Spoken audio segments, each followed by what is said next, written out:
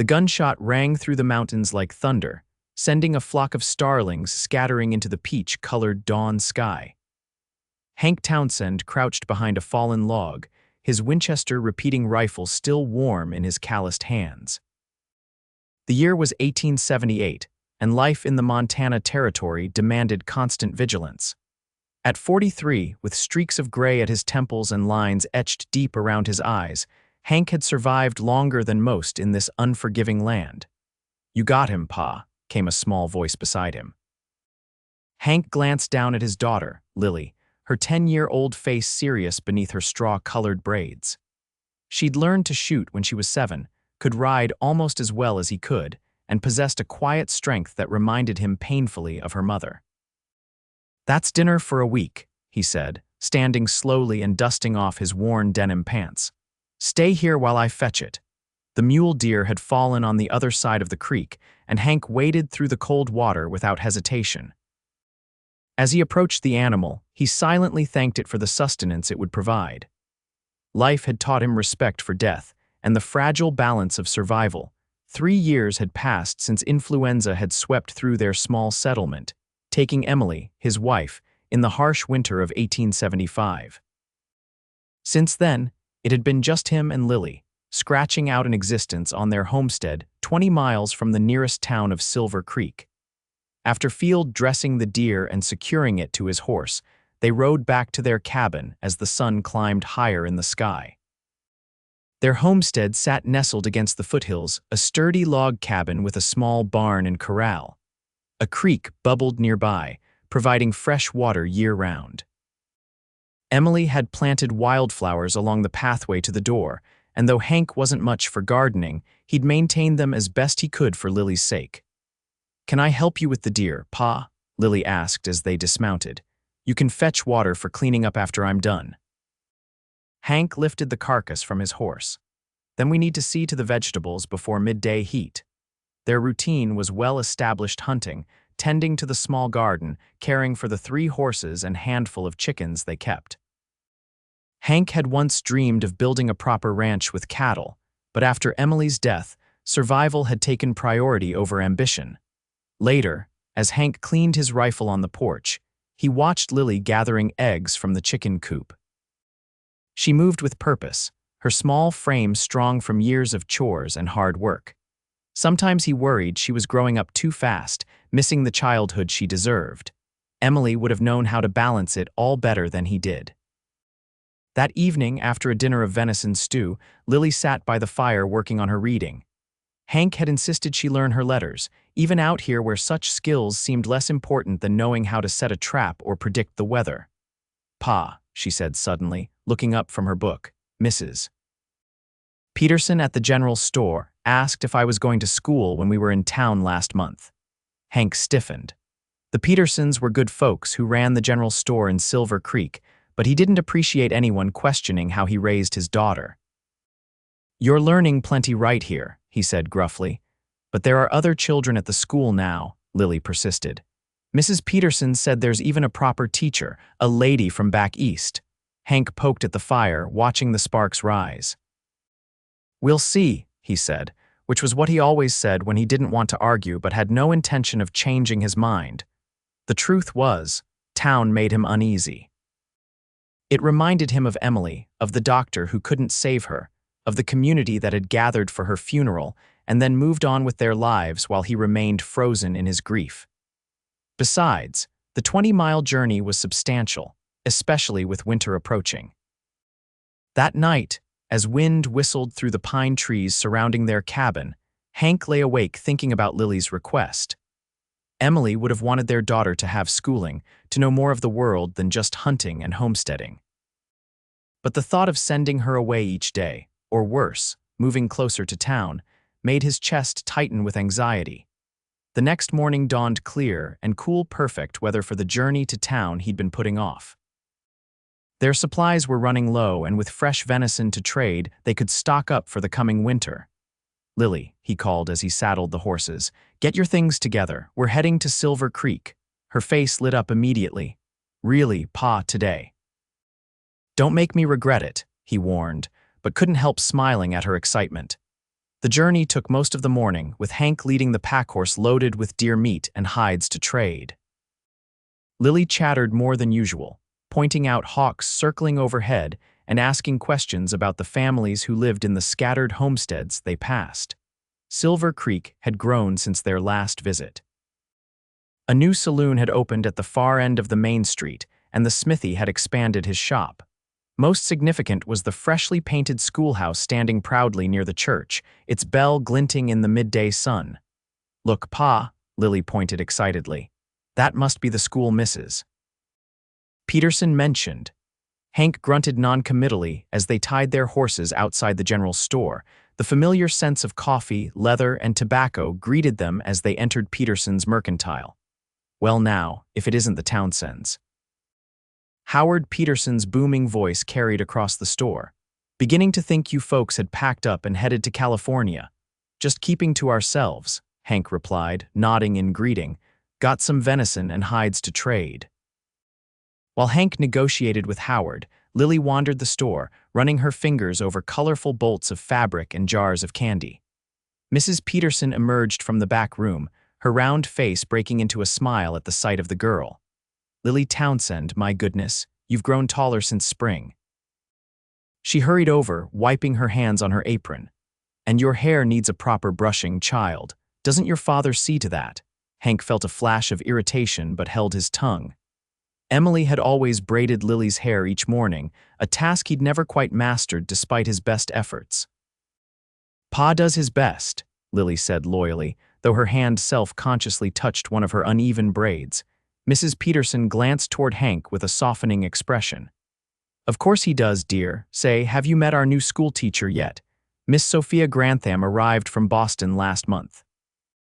Smartest young woman you'll ever meet, teaches reading, writing, arithmetic, and even music to the children."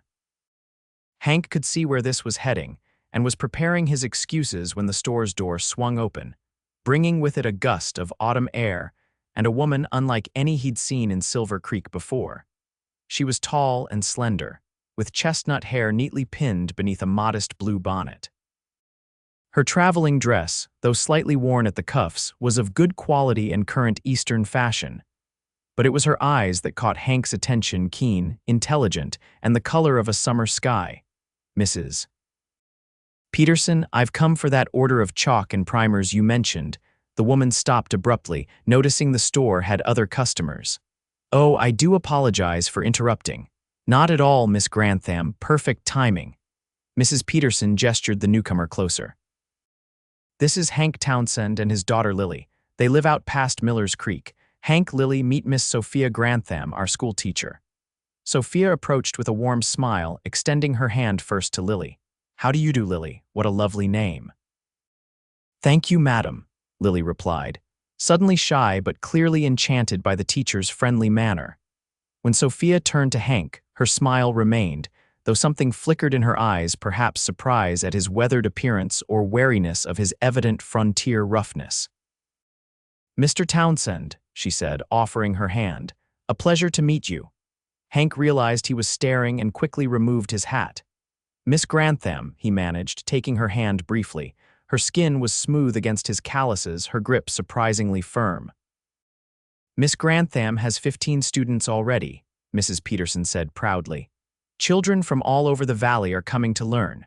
Wouldn't Lily benefit wonderfully from her teaching, Mr. Townsend?" Caught off guard, Hank fumbled for a response. "We live quite a distance out. The Morgans travel 8 miles each way," Mrs. Peterson countered, "and the Franklin boys ride in together." "I don't mean to presume," Sophia interjected gently, "but I would be happy to assess Lily's current education level if you're interested. Some children who have been taught at home are actually quite advanced in certain areas." Something in her tone, respectful rather than condescending, eased Hank's defensiveness. Before he could respond, Lily spoke up. "I can read chapter books, Miss Grantham. And Pa taught me multiplication tables to 12. Sophia's eyes brightened. "That's excellent, Lily. You're already ahead of some of my students." Pride swelled in Hank's chest, followed immediately by a pang of guilt. Maybe Emily had been right that their daughter deserved more than he could provide alone. Perhaps. He began hesitantly, Perhaps Lily could visit your school sometime, see what it's like." The joy that spread across his daughter's face made Hank's throat tighten. How long had it been since he'd seen her look so excited? "We would welcome her anytime," Sophia said. "School runs Monday through Friday, 9 until 3. Even a day or two each week would be beneficial if daily attendance is difficult." Hank nodded slowly. "We'll consider it." After completing their trading and purchasing supplies, they bid farewell to the Petersons and Miss Grantham. As they rode home, Lily talked of nothing but the school and the fascinating Miss Grantham. "Did you see her books, Pa? Mrs. Peterson says she has dozens, and she teaches music too. Do you think I could learn to play an instrument? Let's start with a visit before planning a musical career," Hank said dryly, though he couldn't help smiling at her enthusiasm. That night, after Lily had gone to bed, Hank sat on the porch watching stars emerge above the mountains. The memory of Sophia Grantham's direct gaze and dignified manner lingered in his mind. There had been something refreshing about her lack of pity when she learned he was a widower raising a daughter alone. Most women in town either avoided him entirely or smothered him with sympathy and casseroles. 2 days later, Hank surprised himself by announcing they would ride to Silver Creek for Lily to visit the school. They arrived just as children were filing into the white clapboard building, their voices carrying on the crisp morning air. Lily's nervousness was evident in her rigid posture and the death grip she maintained on her lunch pail. "You don't have to stay if you don't like it," Hank assured her as they dismounted. "I know, Pa." Lily straightened her dress, one of her better ones that they'd hurriedly washed the previous evening. "Do my braids look all right?" Hank surveyed his handiwork critically. Despite his best efforts that morning, the braids were uneven, with stray hairs escaping at odd angles. "They'll do," he said, lacking the heart to tell her otherwise. As they approached the schoolhouse, Sophia emerged from the doorway. Today, she wore a practical gray dress with a white collar, her hair neatly arranged in a coronet of braids. The simplicity of her attire did nothing to diminish her natural grace. "Mr. Townsend, Lily, what a wonderful surprise." Her smile seemed genuine as she descended the steps to greet them. "Are you joining us today?" Lily nodded eagerly, though she pressed closer to Hank's side. "Pa says I can try it." "Excellent, we're just about to begin." Sophia glanced at Hank. "Will you be staying as well, Mr. Townsend?" The question caught him off guard. "I hadn't planned to." "Many parents observe their child's first day," she explained. "You're welcome to sit at the back if you wish, or perhaps you have business in town." In truth, Hank had planned to spend the day at the saloon after leaving Lily, but something in Sophia's expectant expression made him reconsider. "I suppose I could stay for a bit." The schoolroom was bright and orderly, with rows of desks facing a large blackboard. Maps and educational charts adorned the walls, and a small shelf held an impressive collection of books. Children aged 6 to 16 occupied most of the seats, all turning to stare curiously as Hank and Lily entered. "Class, we have a new visitor today," Sophia announced. "This is Lily Townsend, and she'll be joining us. Please make her feel welcome." Sophia directed Lily to an empty desk beside a girl of similar age, then gestured for Hank to take a chair at the back. He sat awkwardly, his large frame uncomfortable in the small wooden seat, his hat resting on his knees. What followed was a revelation to Hank. Sophia Grantham transformed before his eyes from a soft-spoken, proper young woman into a commanding, engaging teacher. She moved seamlessly from group to group, challenging the older students with complex mathematics while patiently guiding the younger ones through their letters. Her methods were creative and practical, using real-world examples of how arithmetic helped ranchers calculate grazing needs or merchants track inventory. Most impressive was how she handled discipline. When 2 boys began scuffling over a slate pencil, she didn't raise her voice or threaten punishment. Instead, she asked them to explain the conflict and guided them toward their own solution. The respect her students showed her wasn't born of fear but of genuine admiration. At midday, the children spilled outside to eat their packed lunches in the schoolyard. Hank, who had intended to leave hours ago, found himself still seated at the back of the room as Sophia approached. "Your daughter is remarkably bright, Mr. Townsend," she said, sitting in the desk in front of him. "Her reading comprehension is excellent, and she has a natural aptitude for numbers." Pride warmed Hank's chest. "Her mother taught her to read before she was 5, he said, the words slipping out before he could consider them. He rarely spoke of Emily to strangers. "You've clearly continued that education admirably," Sophia replied. "Many frontier children have gaps in their learning due to circumstances, but Lily has a solid foundation." Hank studied Sophia more carefully in the bright midday light filtering through the windows. He guessed her to be in her mid-20s, considerably younger than his 43 years. Yet there was a maturity and self-possession about her that belied her youth. "What brings a Boston lady to teach in a place like Silver Creek?" he asked. Something flashed across her features, a brief shadow, quickly replaced by a composed smile. "I wanted to go where teachers were needed most," she said simply. "The frontier offers opportunities to make a genuine difference." Hank sensed there was more to her story, but respected her privacy. Everyone in the West had reasons for leaving something behind. "Will you permit Lily to continue attending?" Sophia asked, changing the subject. "Even occasionally would benefit her greatly."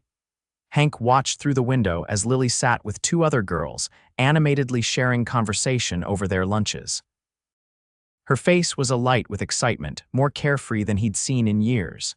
"The distance is considerable," he said slowly, "and winter will make travel difficult."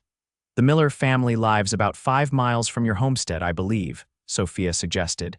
"Their children ride in together." Perhaps Lily could join them sometimes. Hank considered this. The Millers were good people, though he'd had limited interaction with them.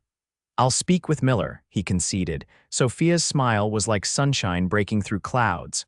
"Wonderful. Lily will thrive with regular education, Mr. Townsend. You're making a wise decision for her future." Something about her genuine enthusiasm stirred an emotion in Hank he couldn't immediately identify. It had been so long since he'd conversed with someone who shared his concerns for Lily's well-being beyond mere survival. When school ended that afternoon, Lily bounded to his side, bursting with stories about her day, the history lesson about pioneers, the science demonstration with magnets, and the new friends she'd made. Her excitement was so contagious that Hank found himself agreeing she could return the following week. As they prepared to depart, Sophia handed Lily a primer and a slim volume of poetry. "To practice with until next time," she explained. "The poetry was a favorite of mine at your age." "Thank you, Miss Grantham." Lily clutched the books reverently. Sophia turned to Hank. "Mr. Townsend, if I may make a suggestion.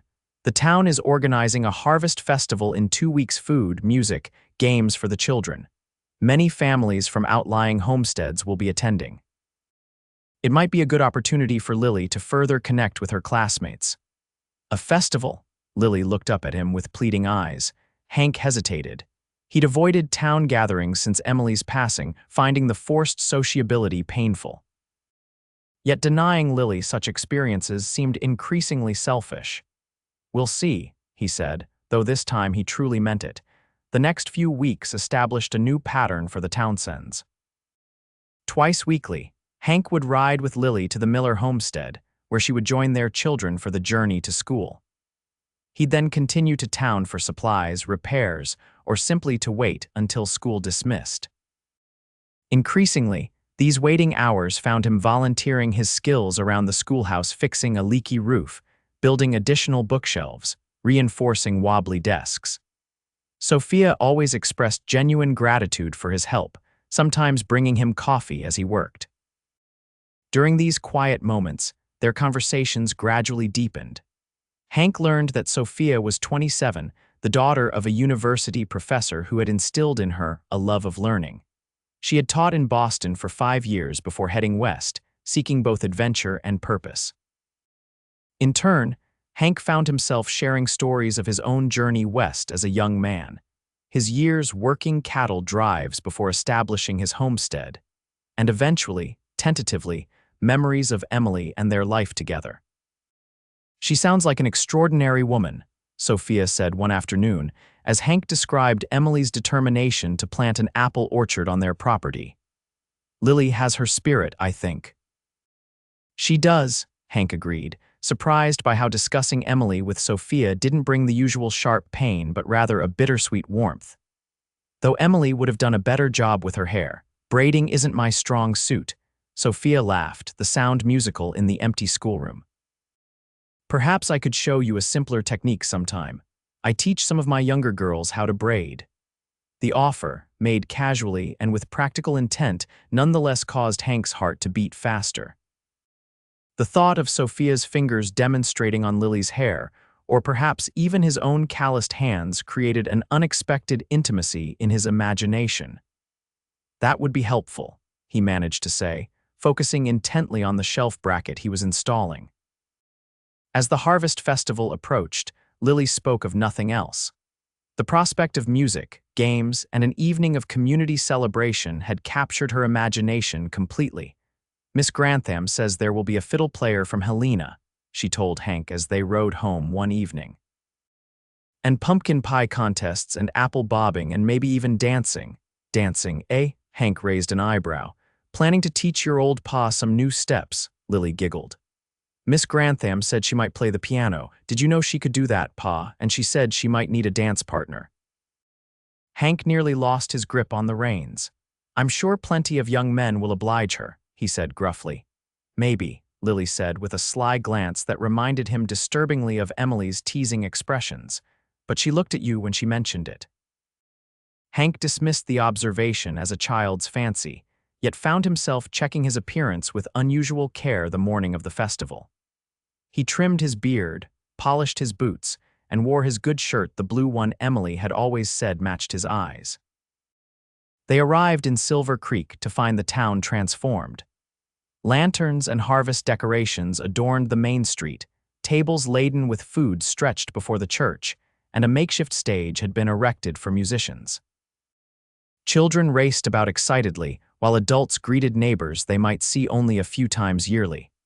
Lily quickly spotted her school friends, and after securing Hank's permission, ran to join them at the apple bobbing barrel. Left alone, Hank surveyed the gathering awkwardly, nodding at acquaintances but making no move to engage in conversation. Mr. Townsend. Sophia's voice behind him sent an unexpected jolt through his body. You decided to come after all. Turning, Hank momentarily lost his ability to speak. Sophia wore a dress of deep burgundy that complemented her fair complexion, her chestnut hair arranged in an elegant knot with a few curls framing her face. She looked both dignified and approachable, a combination he found increasingly appealing. Lily wouldn't have forgiven me if we'd missed it, he finally said, finding his voice. And it's good for her to be around other children. And what about you? Sophia asked, her blue eyes holding his gaze steadily. Is it good for you to be around other adults occasionally? The directness of her question caught him by surprise. I suppose that depends on the adults, he replied honestly. A small smile curved her lips. A fair answer. Would you care to walk with me? The crafts display includes some of my students' work, including Lily's excellent map of the Montana Territory. They moved through the festival together, stopping to admire handcrafts, sample dishes from the communal tables, and exchange greetings with townspeople. Hank noticed the curious glances they attracted, but found he didn't mind. Sophia conversed easily with everyone, yet repeatedly returned to his side with a comment or observation meant only for him. As dusk fell, lanterns were lit, and the musicians took their places on the stage. The fiddle player struck up a lively tune and couples began forming for a country dance. Miss Grantham, you promised to play something, called one of the school children. So I did, Sophia acknowledged with a laugh. Let me see if Mr. Peterson will allow me to use the piano from their parlor. Soon the instrument was wheeled onto the edge of the stage, and Sophia took her place before it. Her fingers moved across the keys with practiced ease, bringing forth a beautiful rendition of Beautiful Dreamer that hushed the crowd momentarily before erupting in appreciative applause. As she played a second piece, Hank found himself entranced not just by the music, but by the expression of pure joy on her face. When she finished, their eyes met across the crowd, and something unspoken passed between them that made his heart race. Later, as fiddle music resumed and dancing continued, Lily appeared at his side. "Pa, why aren't you dancing with Miss Grantham? She keeps looking over here." Hank followed his daughter's gaze to where Sophia stood chatting with the Peterson family. As if sensing his attention, she glanced in their direction and smiled warmly. "Dancing wasn't much in my line even when I was younger," Hank said. "Your mother always complained I had 2 left feet. But Miss Grantham won't mind," Lily insisted. "She told Jenny Miller that you were one of the most capable men she'd ever met." Hank's eyebrows rose. "Did she now? Go ask her, Pa." Lily gave him a gentle push. "I'm going to try the cake walk with Sarah." Before he could protest, Lily had disappeared into the crowd, leaving Hank standing awkwardly alone. After a moment's internal debate, he straightened his shoulders and made his way toward Sophia. "Miss Grantham," he said, removing his hat as he approached, "your piano playing was mighty fine." "Thank you, Mr. Townsend." Her cheeks colored slightly at the compliment. "My mother insisted on lessons from childhood. I'm grateful for them now, especially out here where music is such a treasured commodity." Hank hesitated, then plunged ahead. "I wonder if you might consider. That is, would you care to dance? I should warn you I'm not particularly skilled." Sophia's face brightened. "I would be delighted, Mr. Townsend, and between us, I find enthusiasm compensates wonderfully for technical skill in dancing." As they joined the other couples, Hank felt uncharacteristically self-conscious. It had been years since he'd danced with anyone, and never with someone who made his pulse quicken the way Sophia did. The fiddle struck up a waltz, and Hank cautiously placed his hand at Sophia's waist, taking her other hand in his. "Just follow the music," Sophia encouraged softly. 1, 2, 3, 1, 2, 3. Their first steps were awkward, but Sophia's gentle guidance and Hank's natural rhythm soon had them moving smoothly around the dance area. The warmth of her hand in his, the subtle scent of lavender that clung to her hair, the trust in her eyes as she followed his lead all combined to create a moment of unexpected happiness that Hank hadn't experienced in years. "You're a natural, Mr. Townsend," Sophia said as they completed a turn. "Hank," he corrected impulsively. "If we're going to keep stepping on each other's toes, you might as well use my given name." Her smile widened. "Hank," she repeated, "then you must call me Sophia." The dance ended too quickly, but they remained together for a second, then a third. As they walked from the dance area afterward, Lily rushed up to them, her eyes bright with excitement. "You were dancing," she exclaimed, looking from Hank to Sophia with undisguised delight. "And you didn't step on Miss Grantham's feet even once, Pa." "A miracle indeed," Hank said dryly, though he couldn't help smiling. "Your father is quite graceful, Lily," Sophia assured her. "Perhaps he could teach you sometime. Or perhaps we could both learn from you," Hank suggested, surprising himself with his boldness. Something flickered in Sophia's eyes, hope, perhaps, or pleasure at the implied future connection.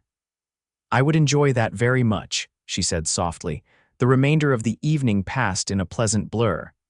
As the festival wound down, Hank found himself reluctant for it to end. When it came time to depart, he hesitated beside their horses. "Thank you for encouraging us to attend," he told Sophia as Lily said goodbye to her friends nearby. "It's been a fine evening." "I'm glad you came," Sophia replied. "Both of you."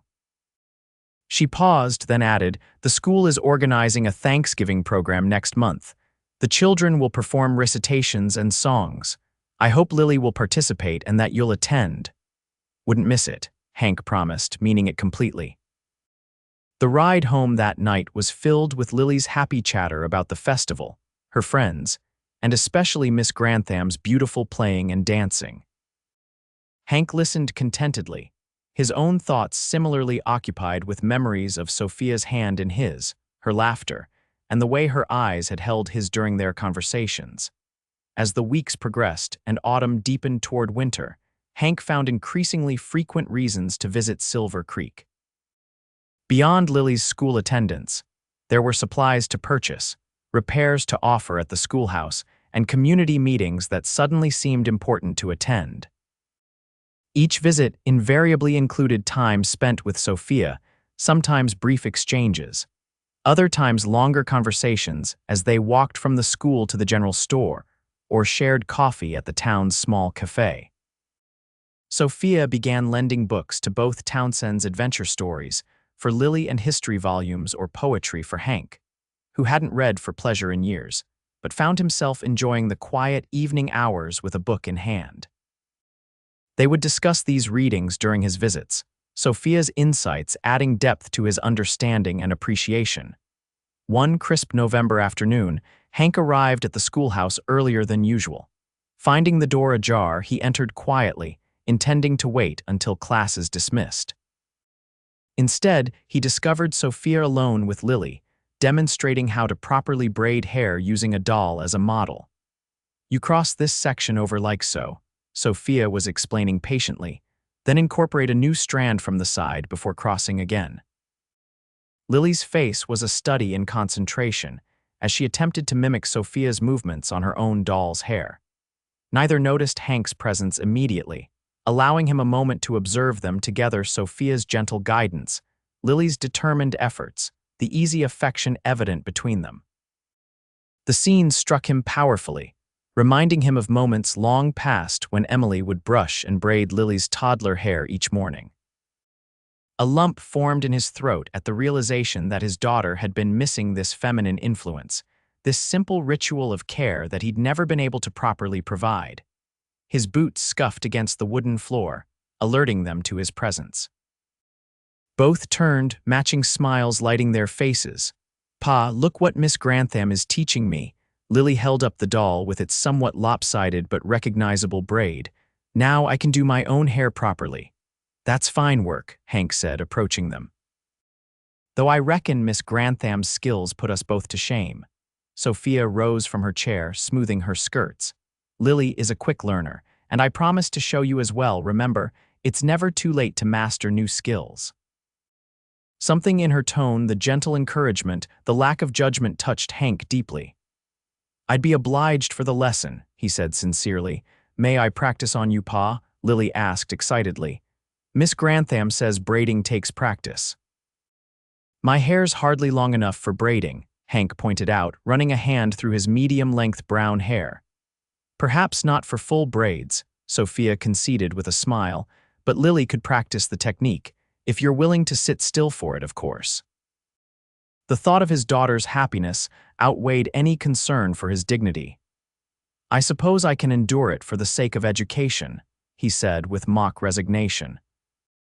What followed was a lesson filled with laughter as Lily, perched on a desk behind her seated father, attempted to braid sections of his hair under Sophia's guidance. Hank winced occasionally when Lily pulled too enthusiastically but remained patiently still, aware of Sophia watching them with warmth in her eyes. "You're being very brave, Mr. Townsend," she teased gently. "Bravery's got nothing to do with it," he replied, meeting her gaze. "Sometimes what matters is letting the people you care about do what brings them joy." Sophia's expression softened. A wise philosophy. When Lily finished her efforts, proudly displaying several tiny, awkward braids in her father's hair, Sophia clapped appreciatively. "Excellent first attempt, Lily. With practice, you'll be expert in no time." Hank stood and stretched, reaching up to feel the strange arrangement of his hair. "Do I dare ask how I look?" "Quite distinguished," Sophia assured him, though her twitching lips belied her serious tone. "Distinguished, eh?" Hank raised a skeptical eyebrow. "Perhaps unique would be more accurate," she amended, finally allowing her laughter to escape. The sound was infectious, and soon all three were laughing together in the sunlit classroom. As Hank removed the small braids from his hair, Sophia spontaneously offered, "Why don't I show you both the proper technique? Lily, would you mind if I demonstrate on your hair?" "Yes, please." Lily sat eagerly on the chair Hank had vacated. Sophia moved behind her, gently unraveling Lily's existing braids and brushing out her blonde hair with a tortoiseshell comb. Her movements were practiced and tender as she separated sections and began the intricate weaving pattern. "Watch closely, Mr. Townsend," she instructed. "The secret is maintaining even tension without pulling too tightly." Hank stood nearby, observing carefully as Sophia's elegant fingers worked through his daughter's hair. The intimacy of the moment wasn't lost on him. This was something mothers typically shared with daughters, something Emily should have been teaching Lily herself. Yet instead of pain, he felt profound gratitude that Sophia was willing to fill this gap in Lily's life. "There now," Sophia said, securing the end of the braid with a ribbon from her desk. "Perfect." Lily rushed to the small mirror hanging near the classroom door. "Oh, it's beautiful, Miss Grantham. Pa, look how neat it is." "Very pretty," Hank agreed, his eyes moving from his daughter's delighted face to Sophia's. "You have talented hands, Miss Grantham." "Your turn now," Sophia said, surprising him. "Come sit, and I'll show you the basic movements." Feeling slightly foolish but unable to refuse, Hank took the chair. Sophia positioned herself behind him, her proximity causing his heart to beat faster. "You'll need to practice on someone with longer hair, of course," she explained, "but I can demonstrate the hand positions." She gently touched his hair, separating a section near his temple. "You hold the strands like this, between your fingers." Her hands were close enough that he could feel her breath against his neck as she leaned forward to show him the technique.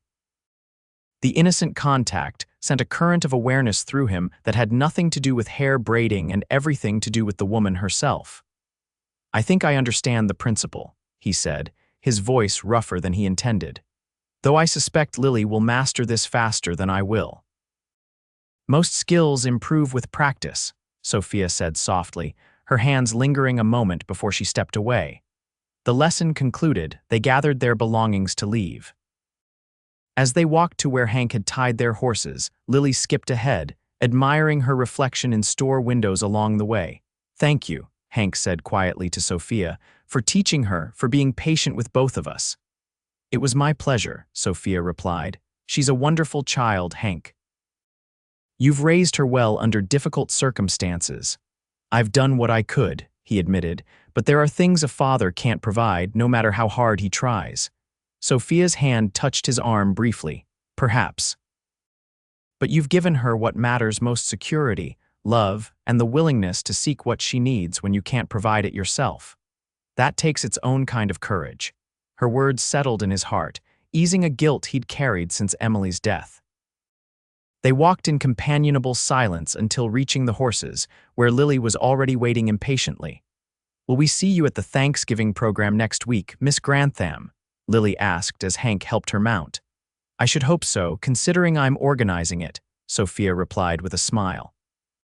"Your class is performing the landing of the pilgrims, remember. I've been practicing my lines every night," Lily assured her. "Pa helps me. Then I'm certain you'll be wonderful." Sophia glanced up at Hank. "Both the school board and Reverend Thompson have suggested a community dinner after the program. Everyone brings a dish to share." "We'll be there," Hank promised, tipping his hat before mounting his own horse. "Good day, Miss Grantham. Good day, Mr. Townsend. Lily." She stood watching as they rode away, raising her hand in farewell. As they traveled the familiar trail homeward, Hank found his thoughts lingering on Sophia, her laughter, her kindness toward Lily, the brief touch of her hand against his arm. It had been so long since he'd allowed himself to think of any woman in terms beyond mere acquaintance that the feelings disoriented him. "Pa," Lily's voice interrupted his contemplation. "Do you like Miss Grantham?" The directness of the question startled him. "She's a fine teacher," he replied cautiously. "That's not what I meant," Lily persisted. "Do you like her the way you liked Mama?" Hank reined his horse to a stop, turning to face his daughter fully. "Lily, what brings this on?" She fidgeted with her reins, suddenly uncertain. "It's just. You smile more when Miss Grantham is around, and you fixed her shutters and built those bookshelves, and you danced with her at the festival. Miss Grantham is a friend," Hank said carefully, unsure how to navigate this conversation. "I respect her greatly." "Mama would have liked her," Lily said quietly, her eyes meeting his with unexpected maturity. "She always said teachers were important people." Emotion tightened Hank's throat. "Your mama was right about that, I think." Lily hesitated, then continued with childlike directness. "I think if you wanted to court Miss Grantham, Mama wouldn't mind. She wouldn't want you to be lonely." The observation, delivered with such innocent certainty, struck Hank powerfully. He had never discussed remarriage with Lily, had never even allowed himself to consider the possibility. Yet here was his 10-year-old daughter, granting permission he hadn't realized he needed. "That's a mighty big thought," he finally said, nudging his horse forward again. But life isn't always so simple, Lily girl. Why not? She asked, the genuine confusion of youth in her voice. Why not indeed, Hank thought. The question followed him through the days leading up to Thanksgiving, surfacing during quiet moments as he tended the livestock or repaired winter clothing. The practical obstacles were substantial: his isolated homestead, his responsibilities, the age difference between himself and Sophia. Yet it was the emotional barriers that loomed largest: his loyalty to Emily's memory, his fear of opening himself to potential loss again, his uncertainty about Sophia's own feelings. The day of the school program arrived cold but clear, the morning sun glinting off frost-covered grass as they rode toward town. Lily wore her best dress, her hair carefully arranged in the braided style Sophia had taught them, though Hank's attempt lacked the polish of her teacher's nimble fingers. Silver Creek's small church was filled to capacity for the Thanksgiving program. Children fidgeted in their best clothes as parents and neighbors filled the wooden pews. Sophia moved among her students, adjusting costumes and offering last-minute encouragement, her own attire a modest but becoming dress of deep green that enhanced her fair coloring. The program proceeded with typical school pageant charm: forgotten lines promptly recovered, props accidentally dropped, then hastily retrieved, and moments of surprising grace when young voices joined in familiar hymns. Lily performed her role as Priscilla Mullins with solemn dignity, every memorized word clear and confident. Throughout the performances, Hank found his gaze drawn repeatedly to Sophia as she directed from the sidelines, her face alight with pride in her students. Occasionally their eyes would meet across the room, and her smile would warm in a way that seemed meant only for him. After the final song, as applause filled the church, Reverend Thompson announced the community dinner would commence in the adjacent meeting hall. Families gathered their children and made their way to the tables laden with traditional Thanksgiving fare: roasted turkeys, vegetable dishes, freshly baked breads, and pies of every description. Hank had contributed a wild turkey he'd hunted specially for the occasion, while Lily had helped prepare a simple apple cobbler using preserved fruit from their cellar. As they placed their offerings among the other dishes, Sophia approached them, slightly flushed from her exertions organizing the children. Lily was wonderful, she told Hank warmly. Her delivery was perfect. She practiced until she could recite it in her sleep, Hank replied, his pride evident. You've brought out the best in her, Miss Grantham. Sophia, she corrected gently. Remember our agreement, Sophia, he acknowledged, the name feeling both foreign and right on his lips. The dinner was a boisterous affair, with families sharing tables and conversation flowing freely. Hank, usually on the periphery of such gatherings, found himself drawn into discussions with neighbors he'd barely spoken to in years. Lily moved between the children's table and his side, her happiness palpable in every animated word and gesture. As the meal concluded, and people began dispersing into smaller groups for conversation, Hank noticed Sophia slipping outside onto the small porch. Following an impulse, he excused himself and followed her. The afternoon had grown colder, the November air crisp with the promise of approaching winter. Sophia stood at the porch railing, her shawl pulled tightly around her shoulders as she gazed toward the distant mountains. Seeking a moment's peace, Hank asked as he joined her. She turned, her expression warming at the sight of him. The happy chaos becomes overwhelming after a while, she admitted. I needed a breath of quiet. I can leave you be, he offered. No, please stay, she said quickly. Your company isn't intrusive. They stood in comfortable silence for a moment, watching their breath form clouds in the cold air. The sounds of conversation and laughter drifted from inside, but outside was a pocket of tranquility. You've accomplished something special here, Hank said finally. Not just today's program, but with the school itself. The children are fortunate to have you. Thank you, Sophia replied, genuine pleasure in her voice. Teaching has always been my calling, but here it feels particularly meaningful. These children have such potential, such hunger for knowledge. It's a privilege to guide them. Will you stay, then, in Silver Creek? The question had been on his mind for weeks, the fear that she might return east or seek a position in a larger town always lurking beneath his growing feelings. Sophia turned to face him directly.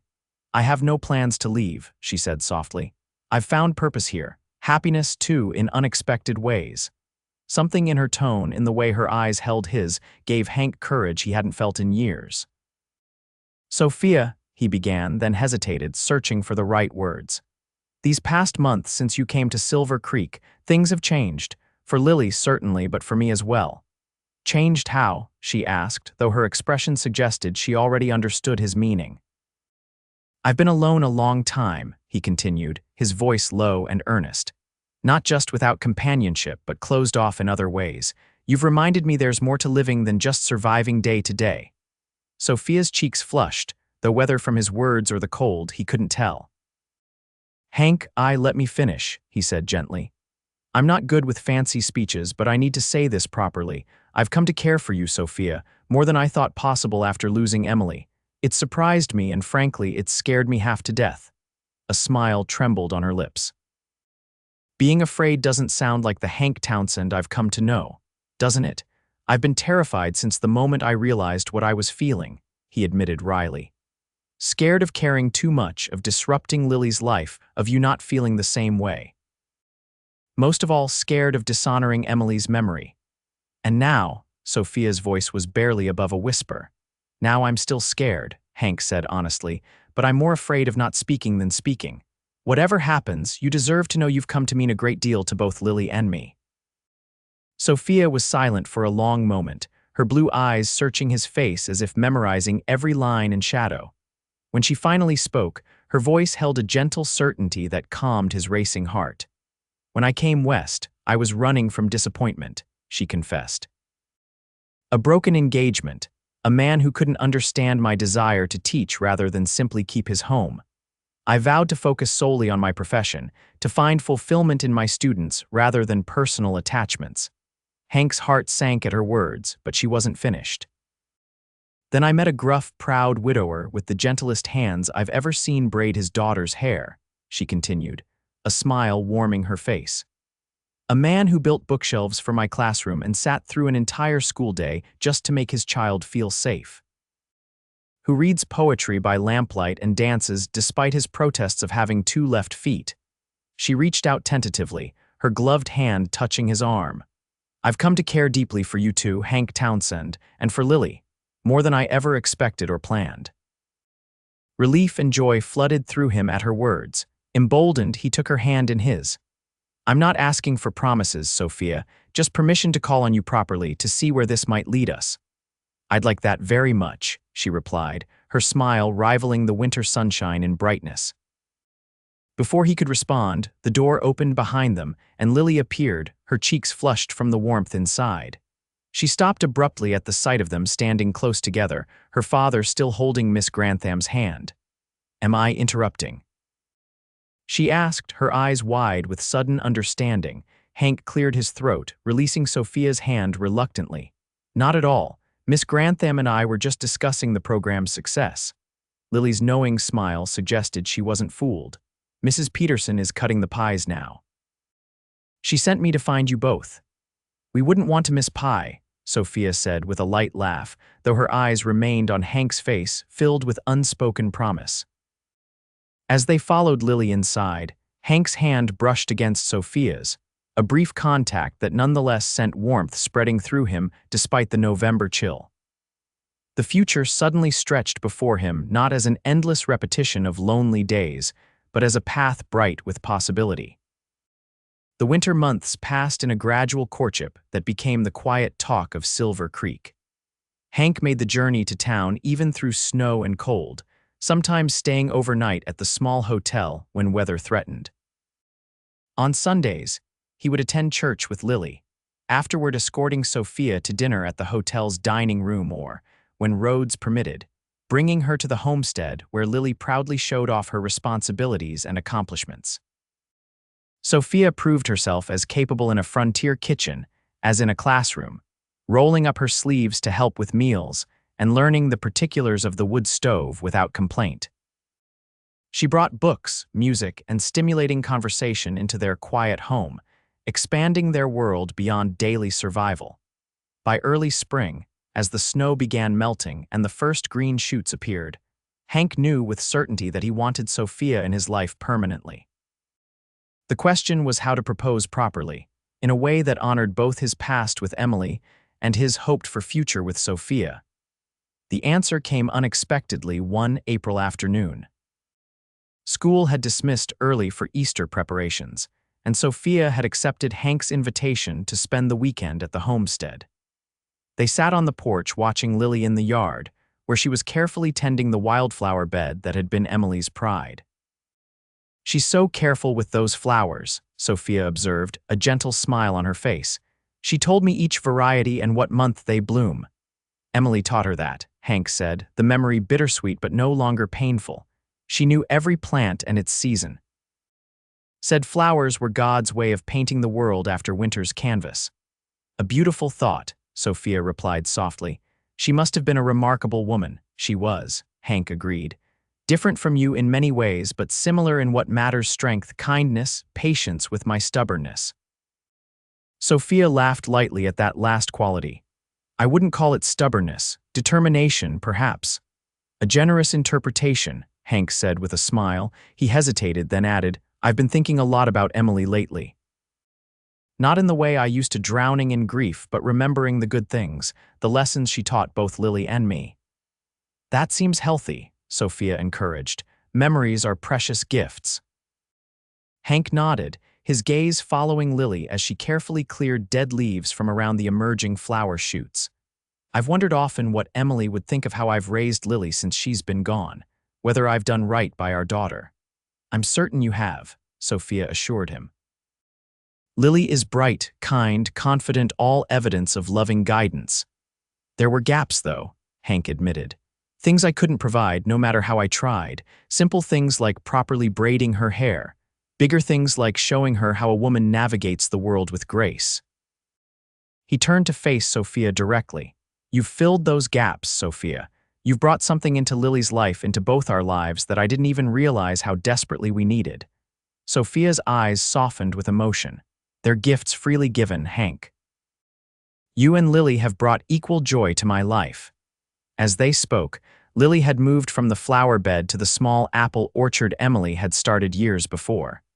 The trees were just beginning to bud, pink-tinged promises of fruit to come. She was working on something intently, her back to them as she knelt beneath one of the larger trees. "I've been carrying something with me," Hank said quietly, reaching into his pocket, waiting for the right moment. He withdrew a small wooden box, its surface polished by years of handling. This was Emily's, her mother's before that. He opened the box to reveal a delicate gold ring with a small pearl, nothing extravagant but beautiful in its simplicity. "I've thought long and hard about this, Sophia, about what it means to love again, to build a new future while honoring the past." Sophia's eyes widened, moving from the ring to his face. "Hank, I'm not asking you to replace Emily," he continued earnestly, "but to join our family, to help me raise Lily, to build something new together. If you'll have me, I'd be honored to call you my wife." Tears filled Sophia's eyes, but her smile was radiant. "Yes," she whispered. "With all my heart, yes." Just as Hank leaned forward to seal their engagement with a kiss, Lily turned from the orchard and ran toward the porch, something clutched in her hands. "Pa, Miss Grantham, look what I found." She bounded up the steps, breathless with excitement. In her hands was a crude wooden frame, weathered by years outdoors but still intact. Inside was a pressed wildflower, a mountain bluebell, Emily's favorite. "Where did you find this, Lily?" Hank asked, taking the frame gently. "In the hollow of the apple tree," Lily explained. "The one Mama loved best. I was checking for buds like she taught me, and I felt something in the hollow. It must have been there for years." Hank recognized the frame immediately, a simple gift he had made for Emily their first spring on the homestead. She had pressed the first bluebell that bloomed and kept it on their bedroom windowsill for years. How it had ended up hidden in the tree, he couldn't imagine. "Your mother must have placed it there for safekeeping," he said, his voice thick with emotion. "Perhaps when she was ill, wanting to preserve it." Lily took the frame back, studying the pressed flower with reverence before looking up at Sophia. I was just thinking about Mama while I was tending her flowers, she said earnestly. About how she taught me to braid my hair when I was little, and how you've been teaching me now. Her gaze shifted between the two adults, noticing perhaps the ring still in its open box, the emotional atmosphere surrounding them.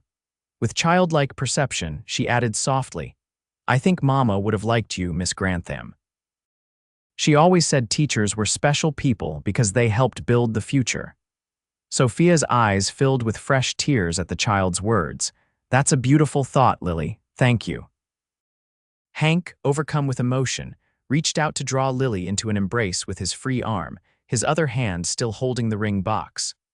Your mother loved you more than anything in this world, Lily girl. That will never change, no matter what. Lily nodded solemnly, then noticed the ring box properly for the first time. Her eyes widened with dawning understanding. Pa, are you and Miss Grantham getting married? Hank glanced at Sophia, who nodded encouragingly. If that's all right with you, he said carefully.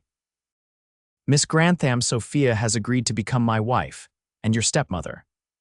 Rather than responding immediately, Lily set the frame carefully on the porch railing, then reached up to touch her own hair the neat braids Sophia had helped her fashion that morning. Her eyes moved thoughtfully between the adults, a wisdom beyond her years evident in her expression. Yes, she said finally, a smile blooming across her face. That would be good, Pa, real good. She turned to Sophia, suddenly shy. Would it be all right if I still called you Miss Grantham sometimes, at least until I get used to having a new mama? You may call me whatever feels comfortable, Sophia assured her, opening her arms. What matters is that we're going to be a family. Lily moved into Sophia's embrace, and Hank watched as the woman he loved held his daughter with tender care. The sight filled his heart with a joy he had thought never to experience again. Later that evening, after Lily had gone to bed, Hank and Sophia sat before the fire, her head resting against his shoulder, his arm around her waist. The pressed flower in its frame sat on the mantel above them, a tangible connection between past and present. What Lily said today, Sophia spoke softly, breaking their comfortable silence. About her mother liking me, do you think that's true? Hank considered the question seriously. Emily wanted happiness for us above all else. She made me promise in her final days that I wouldn't let grief consume me forever, that I'd find joy again someday. I didn't believe it was possible then. He kissed Sophia's temple gently. But yes, I think Emily would approve of you of us. Not just because you're kind to Lily, though that would have mattered most to her, but because you respect the life we had before while helping us build something new. Sophia's hand found his, their fingers intertwining. I'll never try to replace her in Lily's heart, she promised. Or in yours. I know, Hank said simply. That's part of why I love you. Outside, a gentle spring rain began to fall, nurturing the wildflower shoots and apple blossoms. Inside, by firelight, two people who had found unexpected love mapped out their future together, a future that honored the past while embracing new beginnings. 2 months later, on a perfect June morning, Hank stood nervously in Silver Creek's white church beside Reverend Thompson. The simple building had been transformed with wildflowers from the Townsend homestead, Emily's flowers. Lily had insisted because Mama would want to be part of the day. The small community had turned out in full force for the wedding, filling every pew. Howard Peterson served as Hank's best man, while Mrs. Peterson had helped Sophia prepare at their home. Lily entered first, wearing a new blue dress and carrying a small bouquet of mountain bluebells. Her hair was arranged in an intricate braid crowned with tiny white flowers, a style Sophia had taught her specially for the occasion. She grinned at her father as she took her place, her excitement barely contained. When the church door opened again and Sophia appeared in a simple cream-colored dress, a wreath of wildflowers adorning her chestnut hair, Hank felt his breath catch. She walked alone toward him, her eyes never leaving his face, each step bringing her closer to their shared future. The ceremony was brief but heartfelt, their vows exchanged with clear voices despite the emotion evident on both faces. When Reverend Thompson pronounced them husband and wife, Hank kissed his bride with a tenderness that brought approving smiles from even the most stoic ranchers in attendance. As they turned to face their friends and neighbors as Mr. and Mrs. Townsend, Lily rushed forward to embrace them both. Hank lifted her into his arms, including her in their first moments as a new family. That evening, after the celebration had concluded, and they had returned to the homestead, now Sophia's home, as well, Hank found himself on the porch watching the sunset, a moment of quiet reflection amidst the day's joy. Sophia joined him, now changed from her wedding dress into a simpler outfit, her hand finding his with the ease of established affection. "What are you thinking about, husband?" she asked, the new title bringing a smile to both their faces. "About journeys," he replied thoughtfully. "How life takes unexpected turns. 3 years ago, I couldn't imagine feeling happiness again. Now here we are." Before she could respond, the door opened behind them, and Lily appeared in her nightgown, her hair loose around her shoulders. "I can't sleep," she announced, too excited. "Come here then," Sophia invited, making space for the child between them. "Perhaps we could all watch the stars come out together." Lily settled contentedly between them, her small hand slipping into Sophia's. "Will you braid my hair before bed like you showed me?" she asked, the special way. "Of course," Sophia agreed warmly. They sat in companionable silence as darkness fell fully and stars began appearing in the vast Montana sky. Eventually, Lily's yawns could no longer be suppressed. "Time for bed, young lady," Hank said firmly but gently. "Tomorrow's soon enough for all our new adventures." Sophia rose, taking Lily's hand. "Come along, I'll braid your hair as promised." Hank followed them inside, pausing in the doorway of Lily's small bedroom to watch as Sophia sat on the edge of the bed, gently brushing Lily's golden hair before separating it into sections. Her hands moved with practiced grace, weaving the strands into a neat braid while softly humming a lullaby. The domestic scene, so ordinary yet so profound, filled Hank's heart with gratitude. When Sophia finished, securing the braid with a ribbon, Lily reached up to touch her handiwork appreciatively. "Perfect," she declared sleepily. Then, with the straightforward honesty of childhood, she added, "Mama would have liked her too, wouldn't she, Pa? The way you braid my hair just like she used to." Emotion tightened Hank's throat as he stepped into the room, sitting beside his daughter and new wife on the bed. "Yes, Lily girl," he agreed softly. "Mama would have liked her too." Sophia's eyes met his over Lily's head, love and understanding flowing between them, acknowledgement of the past they honored and the future they would build together, braided as intricately and beautifully as Lily's hair beneath their caring hands.